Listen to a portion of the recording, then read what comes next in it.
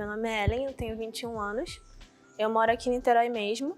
Atualmente eu tô morando no centro. Eu faço um monte de coisas. Eu pinto, eu ilustro, eu faço história em quadrinhos, eu faço animação, programação de jogos também, que foge um pouco, mas tá dentro da animação, né? E eu sou designer gráfica também.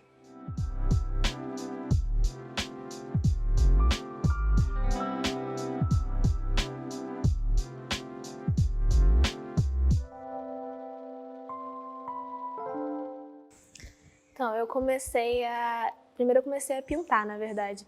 Comecei a pintar com 17 anos, foi assim que eu entrei para a faculdade, que a minha irmã, ela fez 15 anos e eu pensei em dar um presente para ela. Então eu pensei, o que eu posso dar para uma adolescente de 15 anos?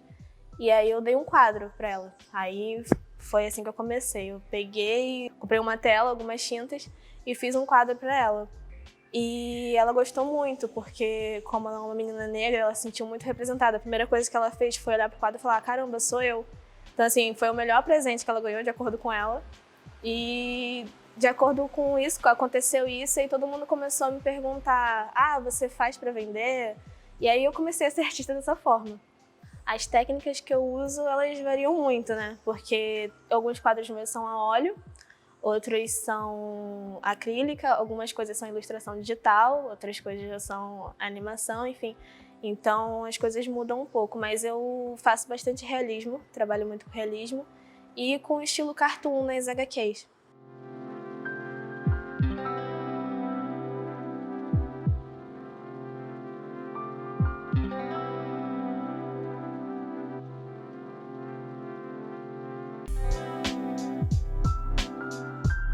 Na verdade, o discurso racial que está presente nas minhas artes, ele nunca foi muito de propósito.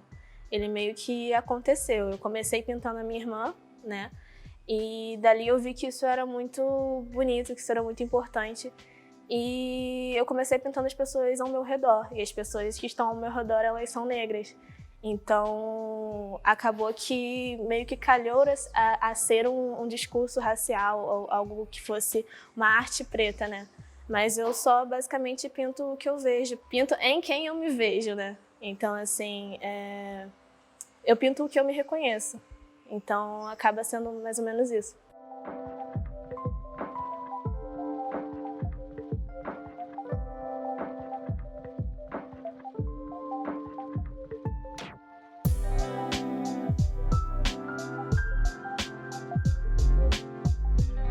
Então, eu faço letras, estou no último ano da faculdade, pela UF, e eu fiz uma matéria que se chama Literatura Infanto-Juvenil. E ali eu me apaixonei pela literatura infanto-juvenil e percebi que, enquanto artista, eu podia juntar os dois, né? Tanto a literatura quanto a arte visual em si. Então, como os livros infanto-juvenis eles são muito ilustrados, eu falei, perfeito, eu me achei aqui, a minha pós vai ser essa. Só que aí eu descobri também os quadrinhos. Eu já gosto muito de quadrinhos desde pequena, né? Mas aí nessa matéria em si eu tive essa ideia de juntar essas duas coisas. E eu achei que, porque eu sempre fui um pouco perdida em letras, e nisso eu achei que eu tinha me encontrado finalmente, que eu ia conseguir mesclar tudo e não ia fugir do que eu realmente faço e eu ia conseguir fazer tudo de uma vez só. Só que aí foi muito mais para além disso, né? Eu acabei dando aula em uma escola como estagiária e nessa escola eu acabei tendo a ideia da gente fazer uma aula sobre quadrinhos e nisso eu acabei, na falta de quadrinhos, de conseguir alguma coisa realmente para apresentar para os alunos, eu acabei desenvolvendo um. O nome da história é Mazanendabá e fala sobre a primeira história do mundo, basicamente. Então era um mundo em que existiam aldeias de muitos anos atrás, séculos atrás, em que o mundo ainda não existiam histórias, e a história é sobre uma mulher negra que ela quer descobrir onde ela busca essas histórias para contar para o seu povo. Então ela vai atrás dos animais na mata, ela vai no fundo do mar buscar essas histórias até que ela consegue com o povo do mar. E ela começa a contar as histórias. Então, a Mazanendabá, na verdade, ao meu ver, ela é a primeira griot do mundo, né? Então, é uma coisa muito interessante, assim, porque até os quadrinhos calhou de ser alguma coisa resgatando de África, alguma coisa a ver com a minha arte no total, né? E aí eu acabei fazendo quadrinhos só relacionados nisso. Eu já fiz um quadrinho em Libras também. O quadrinho em Libras ele é muito louco, porque ele é sobre o amor entre dois meninos negros, sendo que um deles é surdo. E, enfim, aí é um quadrinho em Libras que eu tenho que eu gosto muito particularmente, que é o meu único quadrinho colorido.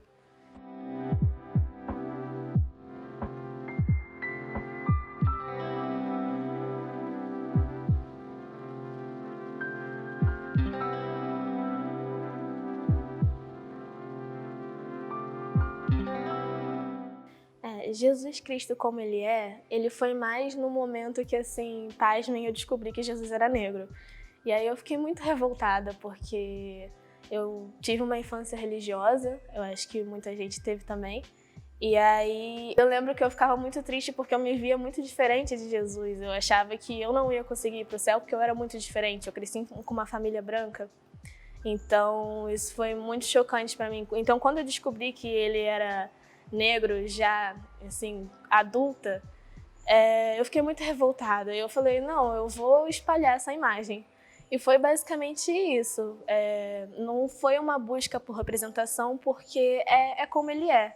Eu só quis, eu acredito assim, que não foi uma busca por representação, porque eu só quis botar ali, tipo, é como ele é, por isso que é o nome, né? Então, não estava tentando, por exemplo, mudar a cor de Jesus. Eu só estava querendo que as pessoas entendessem que ele é assim e que o quanto isso faz diferença na vida de uma criança negra crescer com essa representação branca, e quanto na história, né? Isso é muito significante, assim, porque Jesus é branco, sabe? Porque é mais fácil ele ser branco para que, por exemplo, na época que os negros eram escravizados, eles pudessem entender que eles eram diferentes e que eles não tinham alma, e que porque como que você vai fazer uma pessoa servir a você se o seu Jesus é igual a ela, entende? Então isso foi uma coisa que me chocou bastante, e aí eu decidi fazer essa obra.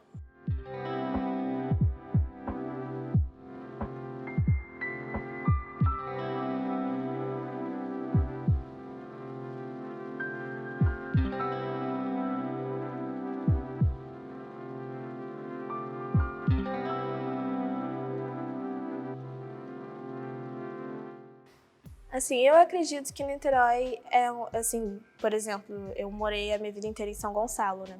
Eu vim pra Niterói já adulta. Assim que eu fiz 18 anos, eu me mudei pra cá. Aí eu morei no Morro do Estado, morei no Morro do Palácio, e agora eu tô no centro. Então eu acredito, assim, a diferença de São Gonçalo pra Niterói, pelo menos a época que eu morei lá, que na época da minha mãe ela já dizia que eram outras coisas, mas eu vejo que Niterói ele tem bastante, assim, valoriza bastante a arte. Inclusive eu vi fotógrafos do Morro do Palácio expondo aqui no Jambeiro, né? E eu achei isso muito importante. Eu acho que Niterói valoriza, assim, muito a arte. Mas em relação à minha arte, assim, eu sou uma artista um pouco nova, um pouco recente. Eu comecei a produzir arte em 2018, mesmo assim ainda tive um processo muito longo até conseguir me identificar como artista. Então eu acho que tenho cerca de um ano e meio que eu me identifiquei como artista, então é uma coisa um pouco nova. Então eu nunca tive muito contato assim com Niterói de forma de arte. Eu já até expus na Bahia, né? Mas aqui em Niterói nunca. Então é uma questão de que, acho que mais por eu ser muito recente na questão da arte visual do que por Niterói em si, porque quando eu escrevi um projeto aqui, foi aprovado, consegui falar sobre quadrinhos, sobre a arte negra nos quadrinhos, então eu sinto que os artistas aqui eles são muito acolhidos, né, diferente de outros lugares em que eu já morei.